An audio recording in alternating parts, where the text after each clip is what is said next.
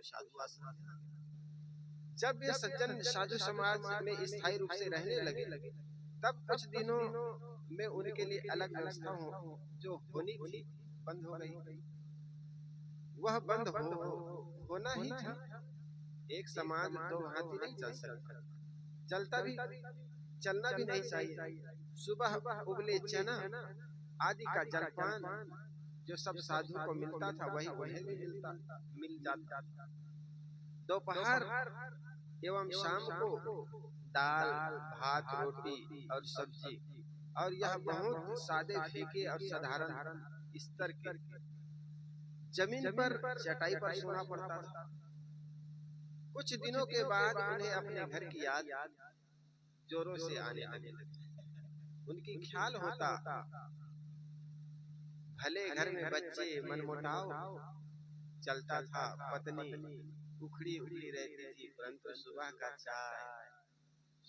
चाय तथा उनके साथ कहीं चिल्ला, कभी पराठा, कभी पाव रोटी, कभी मिठाई, कभी समोसा, कभी जलेबी मिल जाती थी।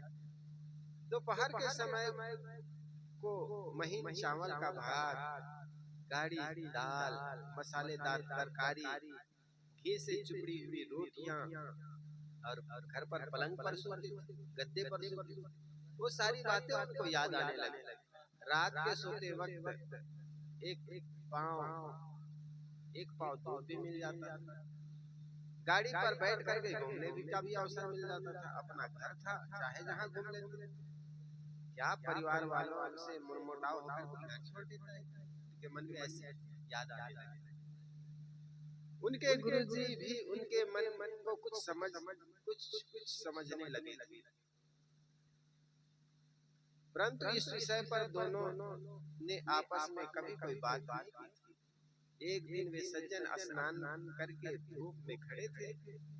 अपने एक हाथ से दूसरे हाथ की कलाई पकड़कर वे नाप रहे।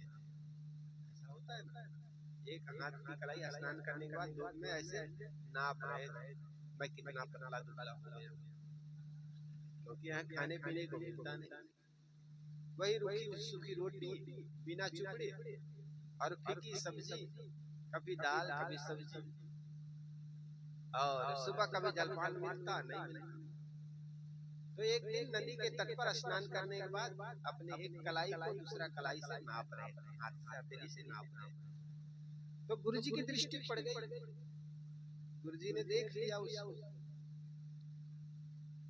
तो घर की अपेक्षा वह साधु समाज में आने पर कितने दुबले हो गए, ये नाप रहे। पीछे से गुरुजी आ गए। उन्होंने कहा, क्या भैया दुबले हो गए? वे बेचारे बहुत लज्जित हो गए।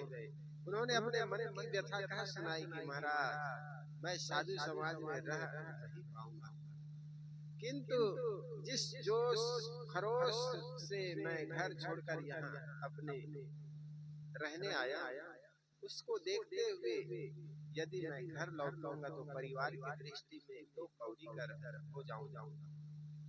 महाराज कोई उपाय बताइए जिससे सांप मर जाए और लाठी। अब मैं साधु समाज में वो लोग मना कर रहे थे, पिताजी मत जाइए, दादाजी मत जाइए, फिर भी मैं आ गया हूँ, और लौट के चला जाऊं तो लड़के लोगों को दो कौड़ी हो जाऊंगा, कहीं इज्जत नहीं मिलेगी। इसलिए महाराज कोई उपाय करिए।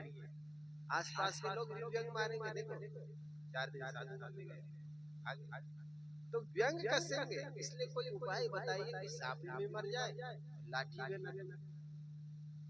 महात्मा भी चलते पुरजे आदमी थे, बहुत व्यवहारिक थे। उन्होंने एकांत में बैठकर उन्हें सारी सावधानी बता दी कि तुम किसी प्रकार गंभीर बीमार तथा बेहोश बनो, और आगे घर जाने का क्या तुम्हें कहना है सब समझा दिया। वे सज्जन बीमार होकर के बेहोश हो गए। महात्मा ने उनके घर संदेश भेज दिया कि तुम्हारे पिताजी बहुत बीमार हैं। लड़के कार में लेकर आश्रम पर पहुंचे। उन्होंने देखा कि पिताजी एकदम बेहोश है। उन्होंने महात्मा से आज्ञा मांगी कि महाराज इन्हें घर ले जाने की अनुमति दें।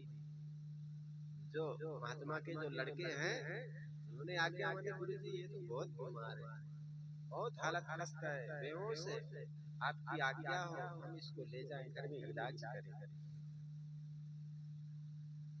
साथ में स्वयं गाड़ी में बैठकर उन्हें घर गए। वो महात्मा ने अनुमति दे दी, है ना, अनुमति मांगे तो महात्मा ने, संत ने अनुमति दे दी।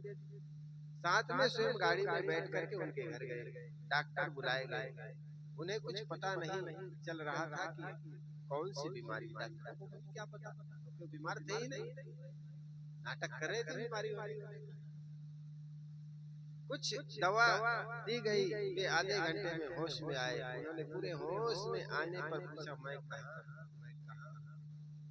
महात्मा ने कहा, तुम अपने घर पर अपने बच्चों के बीच हो।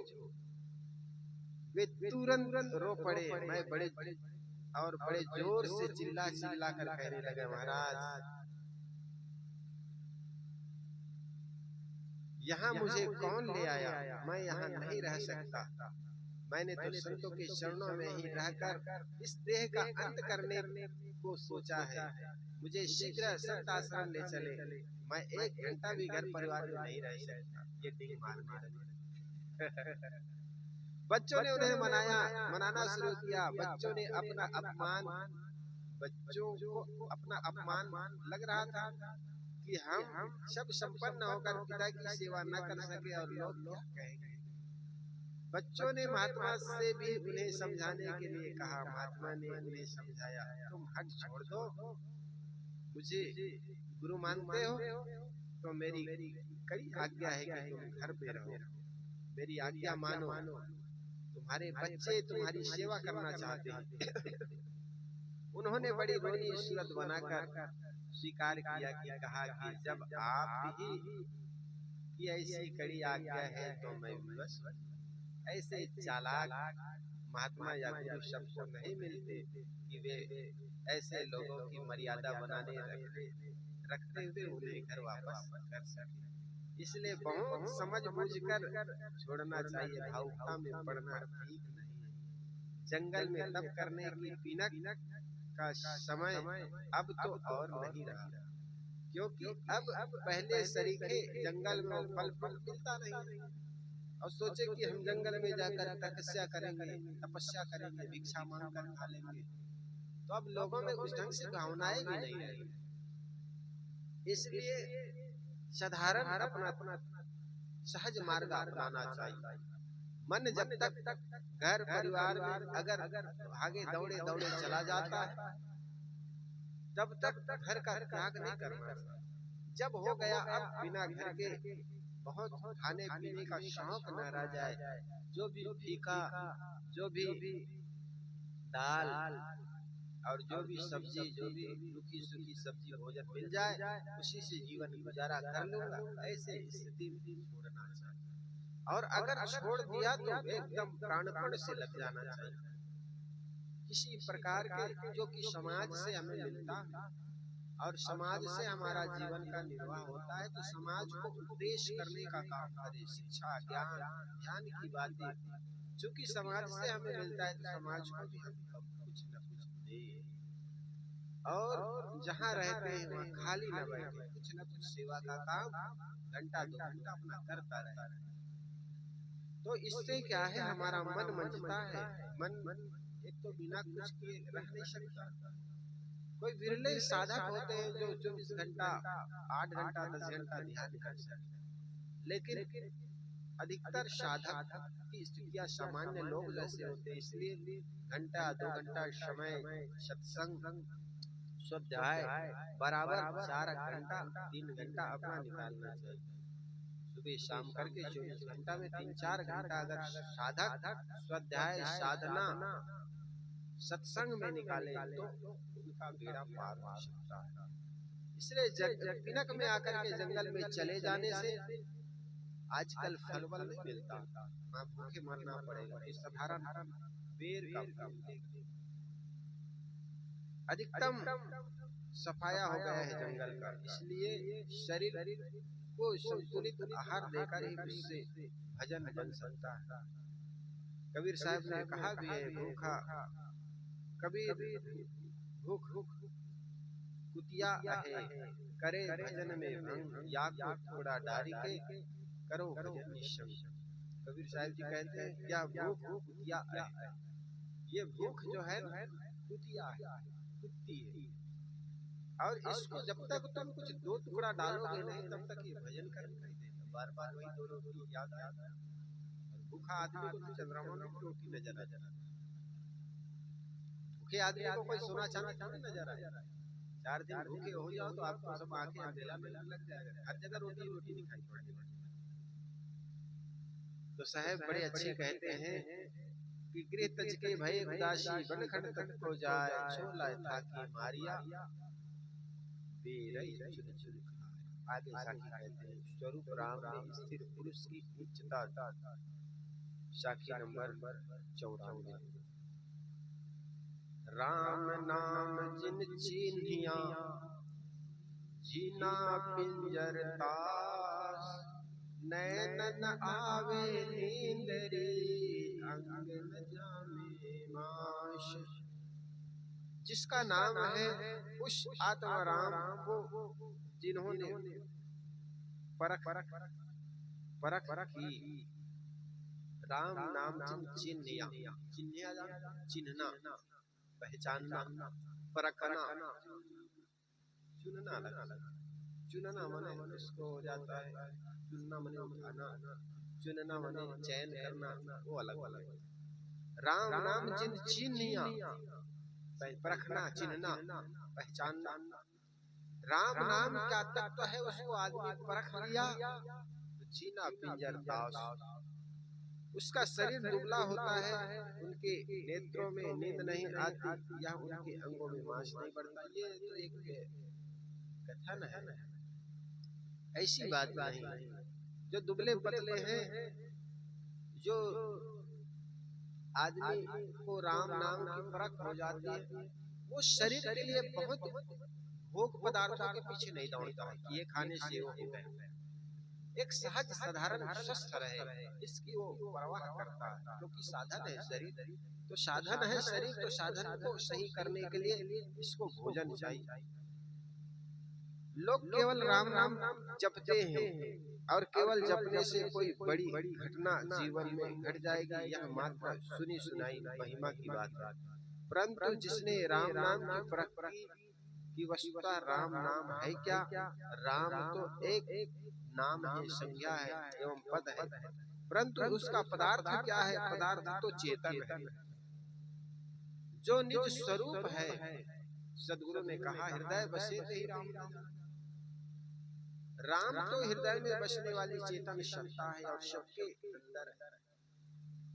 देखो सदगुरु कबीर एक मानवतावादी संत है, इसलिए वो सब में राम देखता है, सब में उनको वही दिखता है जो उनके अंदर है। इसलिए किसी ने बड़ा अच्छा कहा, तुझ में राम मुझ में राम सब में राम समाया है, कर सभी से प्यार बंदे कोई नहीं पराया है। तुझ में राम मुझ में राम सब में राम समाया है, कर सभी से प्यार बंदे कोई नहीं पराया है। जिस व्यक्ति को यह पता चल गया कि निज स्वरूप ही राम है और हृदय बसे ही राम न जाना, उस राम को अगर जान गया आदमी तो राम को हृदय में बसने वाली चेतन सत्ता है, वही मेरा स्वरूप है, अर्थात वही मैं हूँ। जब ऐसी पक्की परख हो जाए, पक्का उनको विश्वास हो जाए, तब यही निज स्वरूप का बोध कहलाता है। निज स्वरूप का बोध ही जानने पर शरीर निस्सार हो जाता है। यदि शरीर केवल साधन की वस्तु लगता है तो भोग की नहीं।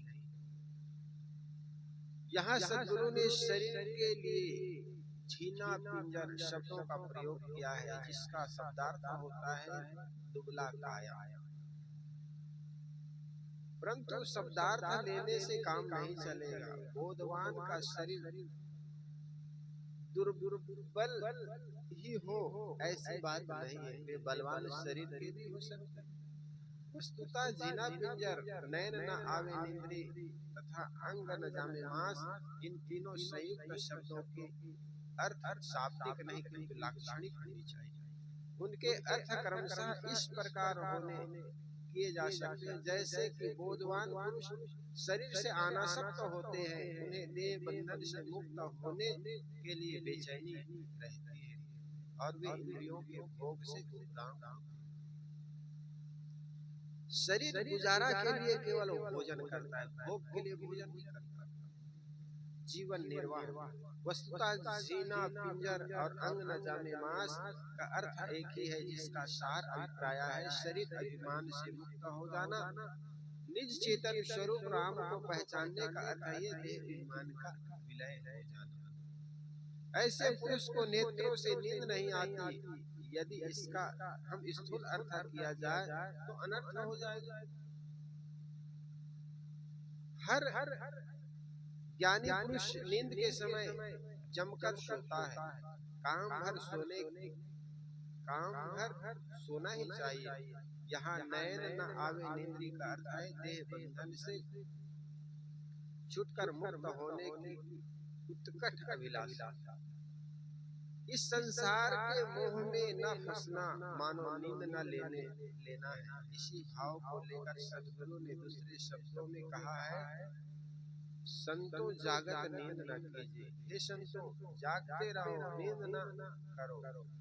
यहाँ सद्गुरु ने मुमुक्षुओं को यह आज्ञा नहीं दी कि वे देह विश्राम के लिए जो सोते हैं वह बंद कर दें, परंतु उन्होंने बताया कि तुम इस माया नगरी में कहीं भूल न जाओ।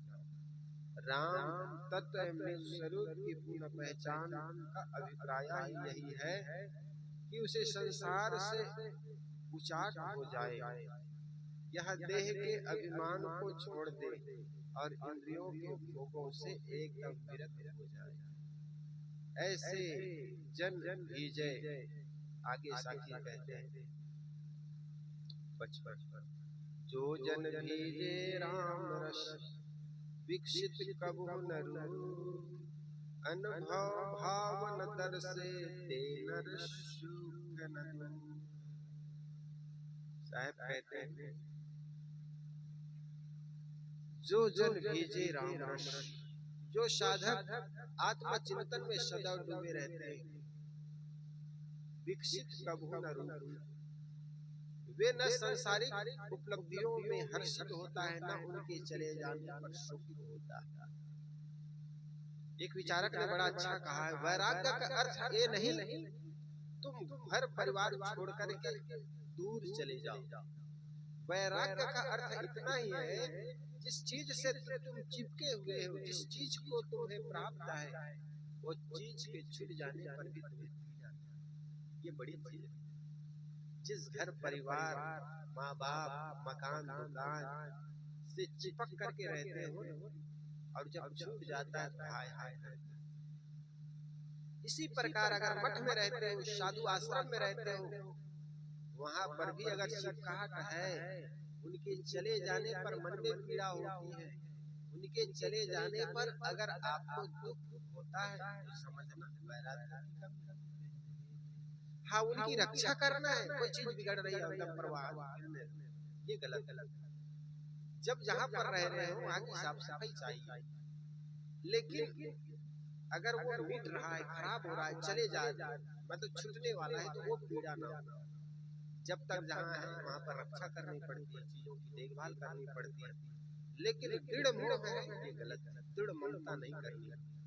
इसलिए साहब कहते हैं, जो साधक आत्मचिंतन में सदैव डूबे रहते हैं, वे न संसारिक उपलब्धियों के आने पर हर्षित होता है और न उनके चले जाने पर शोक होता है।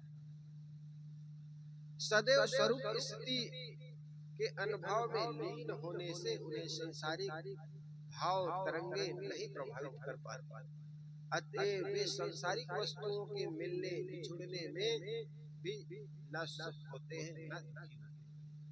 आत्मचिंतन एवं स्वरूप स्थिति में निमग्न साधक मानो राम रस से ओतप्रोत होता है। अपनी चेतना एवं आपा ही तो राम है और उस भाव में डूबा साधक राम रस में भीगा हुआ है। ऐसे साधक के मन में हर्ष शोक नहीं होते, वह सब समय निर्द्वंद रहता है, अनुभव भाव न दर्शे। इस वाक्यांश का इस साखी में एक साथ अर्थ नहीं बैठता। उन्हें अनुभव भाव का अलग तथा न दर्शे का अलग अर्थ होगा।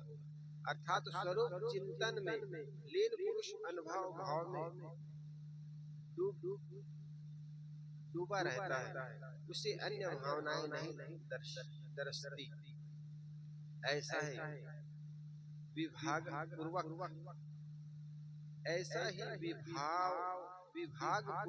अर्थ बैठता है।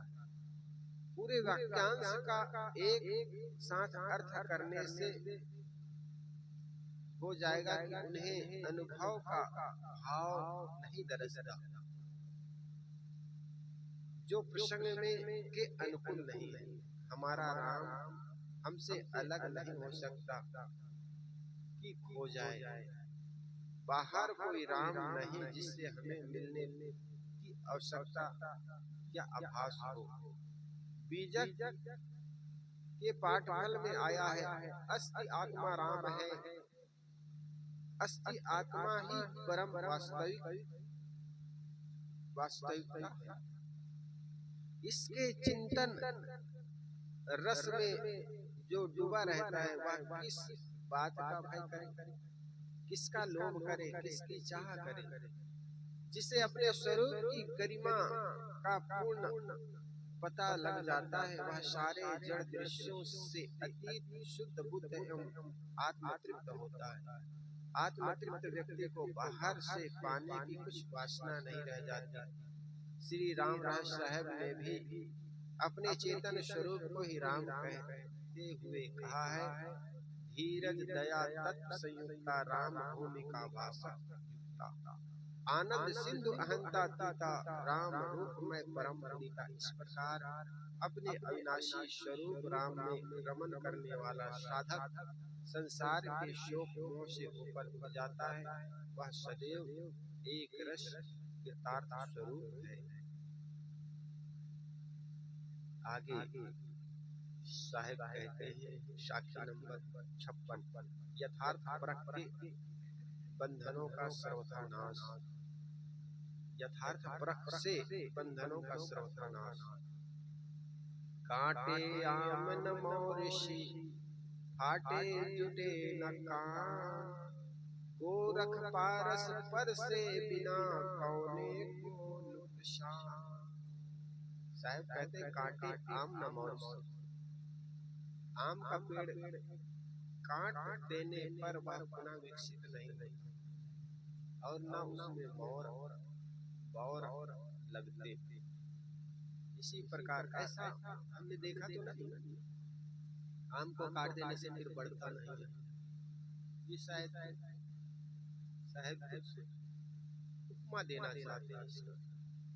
और हो सकता है जमीन से काट देने से वो आम का पेड़ पुनः लगता ना, बढ़ता ना, ऐसे ये हमें अनुभव नहीं है। लेकिन साहब ने लिखा है, आम का पेड़ काट देने पर वह पुनः विकसित नहीं होता और न उससे बौर लगते। बौर कहते हैं, बौर कहीं कहीं बौर कहते हैं, कहीं कहीं बौर कहते हैं, कहीं बौर कहते हैं। इसी प्रकार कान को फाड़ देने पर वह पुनः नहीं लगता। ऐसा ही सारी वासनाओं को परख कर छोड़ देने पर जीव पुनः भव बंधनों में नहीं रहता, नहीं पड़ता। हे योगी राज गोरखनाथ, यदि लोहा पारस पत्थर का स्पर्श नहीं करता तो उसकी किसकी हानि? लोहे की या पारस? परंतु लोहे की वस्तुतः लोहे की हानि। इसी प्रकार यदि व्यक्ति पारखी गुरु के पास जाकर भी उनसे प्रेरणा लेकर सारे भवबंधनों को नहीं छोड़ता है तो व्यक्ति की हानि। इसी प्रकार के पेड़ होते, कई प्रकार के पेड़ होते हैं, उन्हें काट देने पर उनकी जड़ से दूसरे पेड़ तैयार होकर वे फलने फूलने लगते हैं, जैसे केले, हालसा, गन्ना आदि। परंतु आम के पेड़ के लिए यह बात नहीं है। वहाँ काट देने पर भी, ये देखो यहाँ कहा है साहब, कई प्रकार के पेड़ होते हैं जिन्हें काट देने पर उनके जड़ से दूसरे पेड़ तैयार होकर वे फलने फूलने लगते हैं, जैसे केले, पालसा, गन्ना आदि। परंतु आम के पेड़ के लिए यह बात नहीं है। यह काट देने पर न बढ़ता है और न फलता फूलता। इसी प्रकार कान की बात है। कान छेद देने पर यदि उसमें कोई आभूषण न पहना जाए तो वह कुछ दिनों में बंद हो जाएगा, परंतु यदि उसे फाड़ दिया जाए तो वह नहीं झुकता। उक्त दोनों उदाहरण देकर सदगुरु जो समझाना चाहते हैं उसे वे बोल कर अलग शब्दों में तो नहीं कहते, परंतु वही बताना उनका मुख्य लक्ष्य है। वह है वासना निवृत्ति के बाद जीव का पुनः भवबंधन में न पड़ना। यह जीव माया जाल में फंसा हुआ है, जिससे उनका मूलतः कोई संबंध नहीं है। गांजा, भांग, शराब, जुआ, जिन व्यसनों के बंधनों में मनुष्य फंस जाता है, उनसे उनका क्या मौलिक संबंध है? एक लड़की किसी अपरिचित लड़के के साथ, एक लड़का किसी अपरिचित लड़की के साथ अपने आप को जीवन भर के लिए बांध देते हैं, परंतु विचार कर देखो इन दोनों का क्या मौलिक संबंध था और आगे छूट जाने पर क्या रहेगा। यह ठीक है कि व्यवहारिक जगत का दूसरा दृष्टिकोण है, परंतु परमार्थ किसी का क्या नाता है? यह जीव अकेला आया है और अकेला जाएगा। बीच का सारा संबंध मान्यता मात्र है और इसी में मनुष्य सारे भवबंधन बनाता है। अतएव जो ठीक से परखकर उसे सर्वथा छोड़ देता है वह इनके बंधनों से मुक्त हो जाता है। सारा दृश्य संसार जीव से सर्वथा अलग है। अतएव जब जिसको उनके राग की बंधन रूपता का पता लग जाता है और वह उसे दुख रूप परख कर छोड़ देता है, तब उसका उसमें फंसने का कारण नहीं हो सकता। जो वस्तु स्वाभाविक उससे अलग है उसका त्याग सहज है। सारा संसार जीव से अलग है, अतएव उसका राग छोड़ देना उसके लिए सहज है।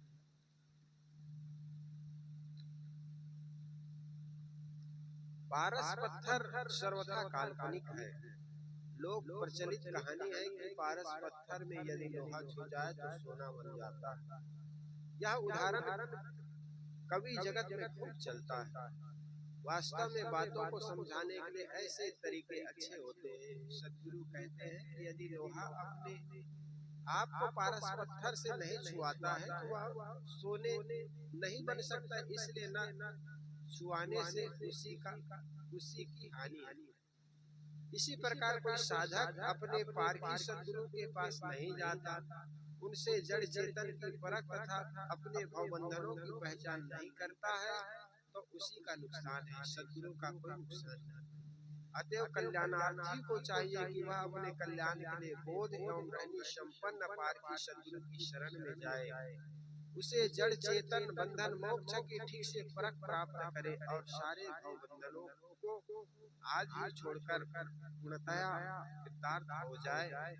श्री राम रहस्य साहब जी ने कहा है, हंस दृष्ट पद फिर लही पर खाए सब जाल, सदा सुखारी पारखी नजरे नजर निहाल। इस साखी में सदगुरु ने गोरखनाथ जी का नाम लेकर उनको संबोधित किया है। गोरखनाथ कबीर साहब से करीब 400 वर्ष पहले हो चुके हैं। ऐसे गोरखनाथ कबीर साहब से करीब 400 वर्ष पहले हो चुके हैं, अतः उनका आमने सामने होना तो असंभव है। वस्तुतः गोरख का नाम लेकर सदगुरु ने गौरव भक्तियों को याद दिलाते हैं, उन्हें प्रेरित किया है कि वे केवल हठ योग में न रुके रहकर सत्यासत्य की परख करें। पारख रूपी जीव है 57 वर्ष, लोह रूप संसार, पारस ते पारस भया, परख भया टकसार। पारख रूपी जीव है, लोह रूप संसार। जीव पारस रूप है, यह संसार लोहा रूप है। अतएव जीव चेतन है और संसार जड़ है। जैसे पारस से छू जाने पर लोहा सोना हो जाता है, वैसे चेतन के संबंध में जड़ शरीर चेतनवाद भासता है। जैसे साहब ने चंदन का उदाहरण दिया था, चंदन के पास पड़े हुए साधारण पौधे भी चंदन प्रतीत होता है। बेधा ढाक पलाश, ढाक और पलाश जैसी साधारण झाड़ियां भी चंदन जैसे खुशबू देने लगता है। वही बात साहब कहते हैं, चैतन्य के निकटता होने से जड़त्व शरीर भी चैतन्य भासने लगता है। पारस से के स्पर्श से लोहा केवल सोना होता है, पारस नहीं। परंतु पारखी सद्गुरु के संसर्ग से मनुष्य पारखी हो जाता है, और यही पारस से पारस होना और सत्यासत्य की परख सत्संग से होती है। परख भया टकसार, पारस से छू जाने पर लोहा सोना हो जाता है, यह तो केवल कल्पना है, परंतु यह वास्तविकता है कि चेतन जीव के संसर्ग में जड़ शरीर चेतन भासता है। जब तक चेतन जीव इस शरीर में है, तब तक यह शरीर क्रियाएं कर रहा है। जैसे ही शरीर में से जीव निकलकर चला जाता है, वैसे ही शरीर निरर्थक हो जाता है। पारस रूपी जीव है लोह रूप संसार, जड़ चेतन का यह भिन्न विवेक, जिसे सद्गुरु ने अलंकारिक शब्दों में कहा है, पारस ते पारस भया। बहुत महत्वपूर्ण भाव है। कहावत के अनुसार पारस तो लोहे को केवल सोना बनाता है, पारस नहीं। पारस जो है लोहे को सोना बनाता है, वो पारस नहीं बनाता। सद्गुरु एक शिष्य मिलता है तो वो शिष्य को भी गुरु बना देता है। ये बात यहाँ पर बड़े सार्थक। पारस तो केवल लोहे को सोना बना देता है, वो पारस नहीं बनाता। ये उदाहरण देकर समझाना चाहता है, किंतु सद्गुरु अपने शरणागत को सद्गुरु बनाता है। कोई गुरु अपने शिष्य को शिष्य नहीं बनाता, किंतु गुरु बनाता है। गुरु बनाने का अर्थ है श्रेष्ठ, शुद्ध, एवं निर्मल बनाता है। सद्गुरु ने स्वयं कहा है, जो तू चाहे मुझको छाड़ सकल की आस, मुझी ऐसा हो रहा हो सब सुख तेरे पास। यहाँ सद्गुरु शिष्य से कहते हैं कि हे शिष्य, तुम संसार की कामनाओं और आशाओं को त्याग कर छोड़कर मेरी समान बन जाओ, फिर सब कुछ तुम्हारे पास होगा। परख भया टकसार, सबकी परख सत्संग में होती है। टकसार वह स्थान है जहाँ सिक्के ढलते हैं। टकसाल प्रमाणिक स्थल है। टकसाल निर्दोष एवं खरी वस्तु को भी कहते हैं, जहाँ निष्पक्ष खरा निर्णय होता है। उस सत्संग में ही सत्य एवं असत्य की परख होती है। शास्त्र प्रमाण, शास्त्र परंपरा, बड़ा जन समूह, बड़े पुरुष आदि का पक्ष जहाँ होता है, वहाँ सत्य असत्य का निर्णय होना असंभव। शास्त्र परंपरा गुरु सब आदरणीय है, मान्य है, परंतु स्वविवेक की बलि चढ़ाकर नहीं। हम शास्त्रों तथा महापुरुषों की बातों को भी अपने विवेक से ही समझते हैं। जहाँ स्वतंत्र विवेक का आदर है, वहाँ सच्चा ज्ञान है, वही सत्य है, वही मानवता है और वही कल्याण। इसलिए कोई भी बात विवेक की तराजू में तौल करके स्वीकार कर। किसी भी महापुरुष, किसी भी परंपरा और किसी भी शास्त्र की बातों को केवल हम मान न ले, बल्कि उस पर भी विवेक की तराजू से तौल करके, परख की तराजू से तौल करके उनको स्वीकार करें। इसलिए पारक सिद्धांत में स्वविवेक ही प्रमाण माना जाता है। पारक भया टकसाल, सबकी परख सत्संग से होती है। टकसाल एक ऐसा स्थान है जहाँ पर सिक्के ढलते हैं। टकसाल प्रमाणित स्थान को कहते हैं। टकसाल निर्दोष एवं खरी वस्तु को भी कहते हैं, जहाँ निष्पक्ष खरा निर्णय होता है। उस सत्संग में ही सत्य एवं असत्य की परख होती है। शास्त्र प्रमाण, शास्त्र परंपरा, बड़ा जनसमूह, बड़े पुरुष आदि का पक्ष जहाँ होता है, वहाँ सत्य असत्य का निर्णय होना असंभव है। शास्त्र परंपरा गुरु सब आदरणीय है, मान्य है, परंतु स्वविवेक की बलि चढ़ाकर नहीं। हम शास्त्रों तथा महापुरुषों की बातों को भी अपने विवेक से ही समझे। जहाँ स्वतंत्र विवेक का आदर है, वही सच्चा ज्ञान है, वही सत्य है, वही मानवता है, वही कल्याण। पारक भया टकसाल, परख भया टकसाल, वस्तुतः परख ही टकसाल है। परख एवं पारक ही ज्ञान के लिए परम प्रमाण है। प्राण का अर्थ ज्ञान है और वह जिस साधन से हो उसको प्रमाण कहते हैं। प्रत्यक्ष अनुमान शब्द प्रमाण, अर्थापत्ति, अनुपलब्धि, संभव तथा ऐतिहासिक कुल 8 प्रमाण माने गए हैं। परंतु परख प्रमाण सबके ऊपर है। ये 8 प्रमाण माने जाते हैं। प्रत्यक्ष अनुमान शब्द, उपमान, अर्थापत्ति, अनुपलब्धि, संभव एवं ऐतिहासिक, कुल 8 प्रमाण माने जाते हैं। इसमें मुख्यतः परख प्रमाण इसके ऊपर है। परख ही टकसाल है। परख ही खरा एवं खोटा ज्ञान की परख करता है। परख या पारख जीव का ही स्वरूप है। एक चींटी भी बालू में से चीनी कण परख कर निकाल लेता है। मनुष्य शरीर तो उत्तम भूमिका है। यहाँ जीव का परख गुण अत्यंत विकसित है। शर्त यह है कि व्यक्ति जड़ संस्कारों एवं गलत भावनाओं में फंसकर अपने परख गुण की अपेक्षा न करे। यदि मनुष्य सारे पक्षपात को हटाकर स्वतंत्र परख एवं पारख का उपयोग करे, तो वह सत्य ज्ञान पाकर इसी जीवन में कृतार्थ हो सकता है।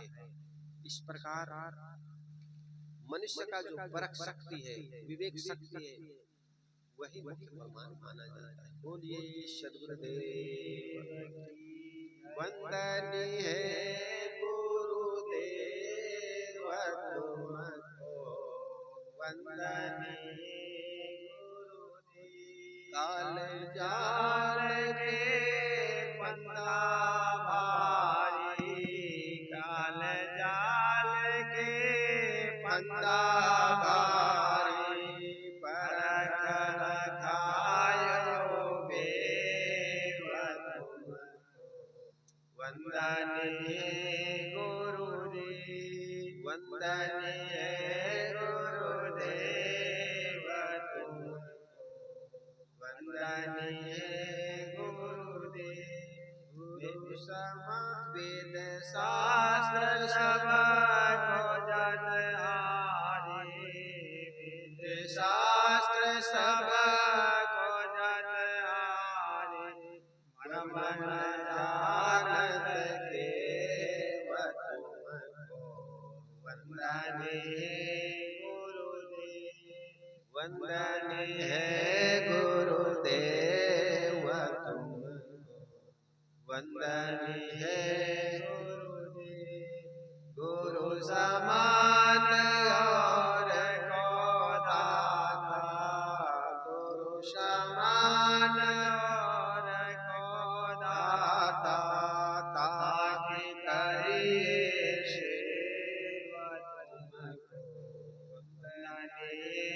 गुरुदेव वंदनी है गुरुदेव तुमको वंदनी है गुरुदेव साहेब कबीरा भाई परदाता साहेब कबीरा भाई परदाता पूरन परघस में वंदने